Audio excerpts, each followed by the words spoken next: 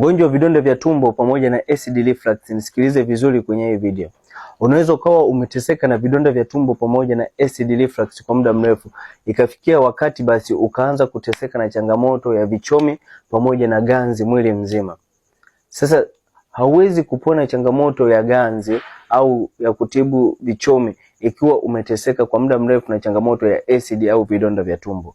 Tibu kwanza vidonda vya tumbo, ndipo utaweza kuondokana na changamoto ya ganzi au changamoto ya vichomi. Kwa sababu acid inapokuwa tumboni inaenda kuchochea mishipa ya fahamu ambayo tunasema ni nerve irritation, ambapo acid inapopanda hadi kooni inaenda kudhoofisha mishipa ambayo inaitwa nerve vagus. Lakini kitu kingine ni ukosefu wa virutubisho muhimu.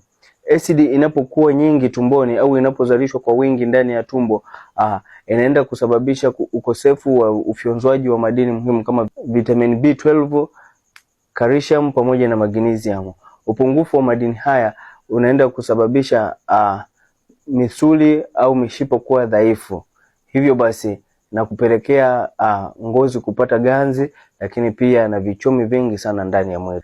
Ikiwa unahangaika na acid pamoja na vidonda vya tumbo, lakini unatokewa na hii hali ambayo nimekuelezea ya vichomi pamoja na ganzi, chukua namba yangu bio, nitakusaidia kuondokana na hiyo changamoto yako, kwani nimeweza kuwasaidia watu wengi wenye changamoto kama yako, lakini wameweza kuondokana nayo.